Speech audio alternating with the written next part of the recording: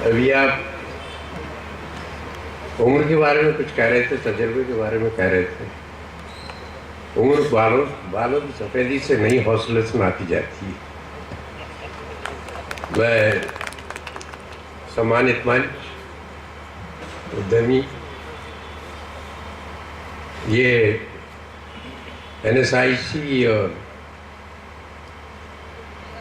ये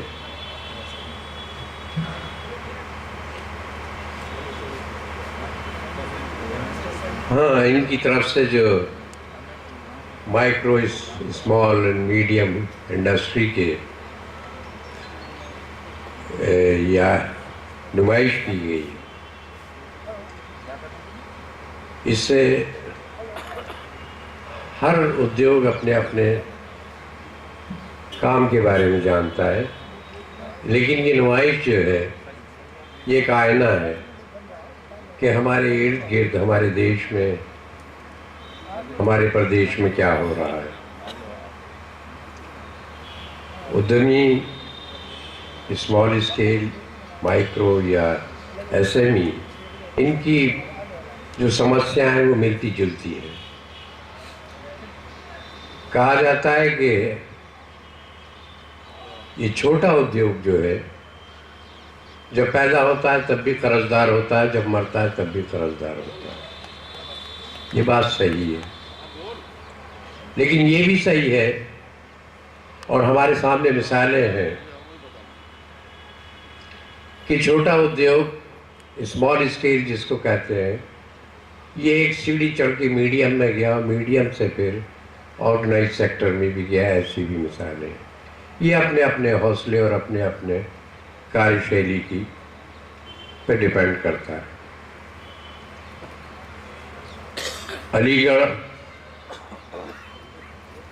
small scale industry के लिए जाना जाता है। अनफॉर्चुनेटली या फॉर्चुनेटली यहाँ बड़े उद्योग कम हैं, और जो कुछ भी अलीगढ़ वाले जो लिमिटेशंस है उनकी, चाहे वो कैपिटल की लिमिटेशंस हो, चाहे वो सरकारी विभागों के दबाव के अंदर काम करने की लिमिटेशंस हो, जो भी कर रहे हैं बहुत अच्छा कर रहे हैं। जब से ग्लोबलाइजेशन हुआ है, मैंने ख़ास तौर से एक चीज़ नोट की है कि स्मॉल स्केल और मीडियम स्केल का जिक्र फाइनेंशियल बजट में बहुत कम होता है। उससे पहले मैं अक्सर पढ़ा करता था कि स्मॉल स्केल को बढ़ावा देने के लिए ये रियायतें दी जा रही हैं, वो रियायतें दी जा रही हैं, लेकिन ये शायद नए ज़माने की, जहाँ ग्लोबलाइजेशन के बाद सरकार की भी कुछ मजबूरियाँ हैं, तो इस सेक्टर पे कोई बहुत ज़्यादा जोर नहीं दिया जा रहा। हालांकि ये सेक्टर ऐसा है कि किसी भी देश की रीढ़ की हड्डी होती है।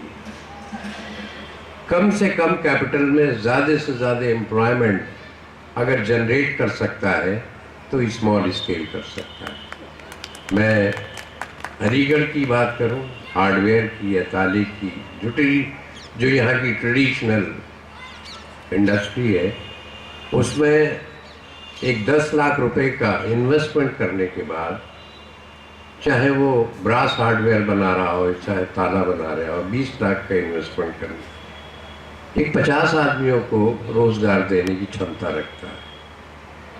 ऑर्गेनाइज सेक्टर चूँकि ऑटोमेशन ओरिएंटेड है, उसमें एक 5 करोड़ के ऑटोमेट जो है वो शायद 5 या 6 आदमियों को रोजगार दे सकता है।